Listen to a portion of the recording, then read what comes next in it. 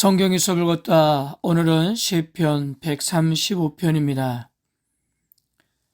오늘 135편은 역사 시편으로 이스라엘의 중요한 역사적 사실을 근거로 여호와가 진짜 살아계신 하나님, 그 창조와 역사의 주인이시기 때문에 그분을 찬양하라고 선언하고 있습니다. 먼저 1절에서 4절까지 시인은 여호와의 종들에게 여호와를 찬송하라고 명하면서 그 이유를 설명합니다. 여호와를 찬양하라는 의미의 할렐루야라는 표현은 시편 전체에서 75번이나 사용되었는데요. 시편 제5권에서는 54번이나 사용되었습니다. 그렇다면 시인은 무엇 때문에 여호와를 찬양하라고 했던 것일까요? 그 이유는 여호와께서 이스라엘을 자기의 특별한 소유로 삼으셨기 때문입니다. 특별한 소유라고 번역된 서굴라라는 말은 신의 산 언약을 맺을 때 처음 언급됐던 말로 고대 근동의 죄악의 전문 용어로 하나님과 이스라엘의 언약 관계를 나타내는 표현인데요. 이는 가장 보배롭고 기이한 사랑의 대상이라는 뜻입니다. 그러므로 여호와의 종들에게 찬양하러 한 것은 여호와께서 이스라엘을 언약으로 맺어진 가장 보배롭고 사랑스러운 존재였기 때문이었어요.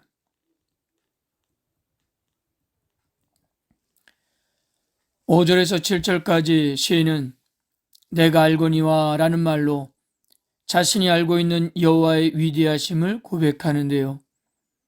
그가 알고 있는 것은 여호와가 모든 신보다 더 위대하시다는 것입니다.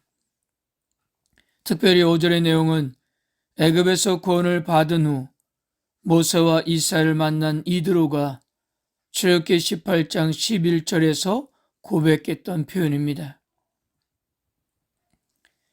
여호와께서 기뻐하시는 모든 일, 즉 창조 사역은 이방 신들이 아닌 절대 주권의 여호와만이 일으키시는 것으로 우연히 일어나지 않는 것입니다. 이와 같은 여호와의 절대 주권에 대한 묘사는 우상의 무능함을 보여주기 위해 성경의 다른 여러 곳에 특히 선지서에서 사용이 되었습니다. 오늘 135편의 시인도 15절부터 18절에서 우상들의 무력함을 역설해주고 있습니다. 그러므로 성도 여러분, 우리들 역시 여호와가 창조주시라는 사실에 대해 바른 시각을 잃지 말아야 합니다. 또한 창조주로서 모든 자연세계 위에 절대적인 능력을 행하신다는 것도 잊지 말아야 합니다. 창조의 교례가 없다면 타락도, 죄도, 구원이나 부활의 필요도, 여호와를 찬양할 이유도 존재하지 않는 것입니다.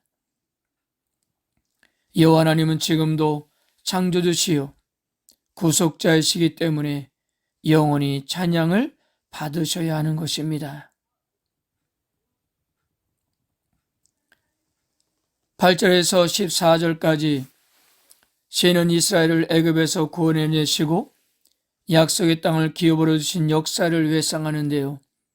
이것은 여호와를 찬양해야 할 핵심적인 이유였던 것입니다. 여호와께서 이스라엘을 애굽에서 구원하시기 위해 행하신 10가지 재앙 중 애굽에 가장 결정적인 타격을 입혔던 장자를 치신 사건을 언급하고요. 또한 가나안 정복의 대표적인 아모리 왕 시온과 바산한 옥을 예를 들고 있습니다. 그리고 13절과 14절에서 이스라엘 백성들을 향한 하나님의 궁극적인 보호와 섭리를 찬양했습니다. 15절에서 18절까지 시는 여기서 거짓된 우상들의 무가치함을 묘사하는데요. 여호와는 유일하신 참 하나님이십니다.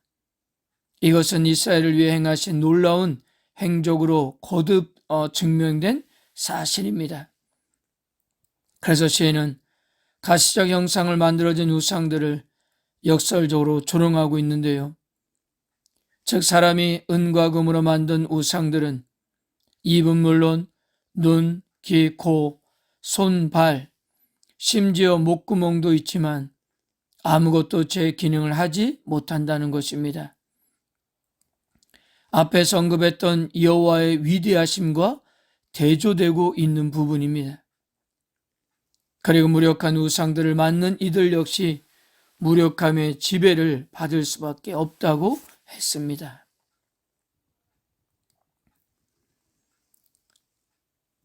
마지막 19절에서 21절까지 시는 모든 백성들에게 여호와를 송축하라고 명하고 있습니다.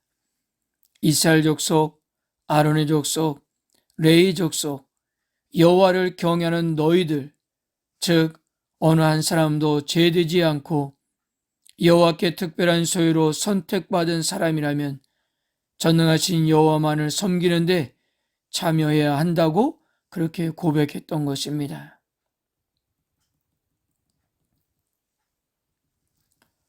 사랑하는 성도 여러분, 하나님은 어떤 분이십니까? 그리스도인들이라면 누구나 하나님을 찬양합니다. 근데 과연 그분이 어떤 분인지 스스로 물어보고 답을 내리며 찬양하는가 하는 것입니다. 오늘 135편에서 시인은 이 문제를 독자들에게 선명하게 제시해주고 있습니다. 시편에서 찬양하는 여호와 하나님의 본성은 무엇보다도 전능하십니다. 본문에서 이스라엘 역사에서 중요한 사실을 제시하는데요. 먼저 여호와께서는 창조주이셨습니다. 이방인들을 섬긴다는 그 어떤 신교나 비교할 수 없는 분이셨어요. 그분은 하늘과 땅, 바다와 시면을 지으셨으며 그 안에서 일어나는 모든 자연현상을 다스리십니다.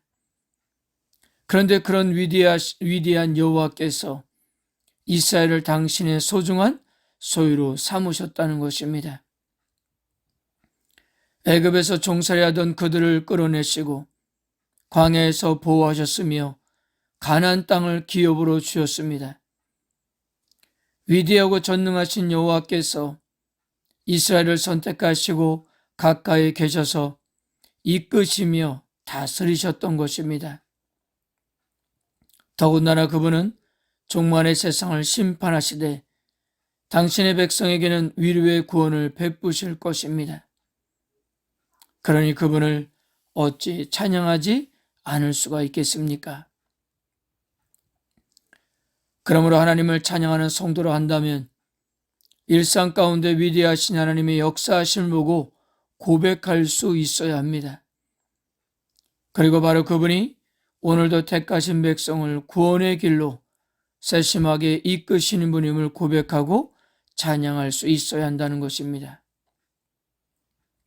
오늘도 우리를 위해서 무엇을 베푸셨는지를 헤아려 보시고 그 은혜에 감사하는 하루가 되시기를 바랍니다. 아멘.